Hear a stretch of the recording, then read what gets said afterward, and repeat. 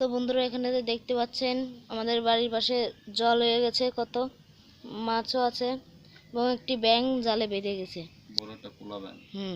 আমার বাবা সেই ব্যাঙটাকে ছাড়াতে এসেছে। তো দেখুন ব্যাঙটাকে মুক্ত করে দেওয়ার জন্য চেষ্টা চালাচ্ছে। এই যে ফাঁসি দেওয়ার মতন ব্যাঙটা আটকে গেছে। তো এই যে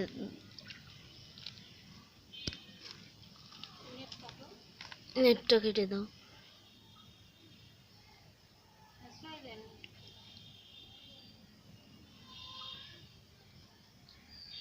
ওই যে কাটছে।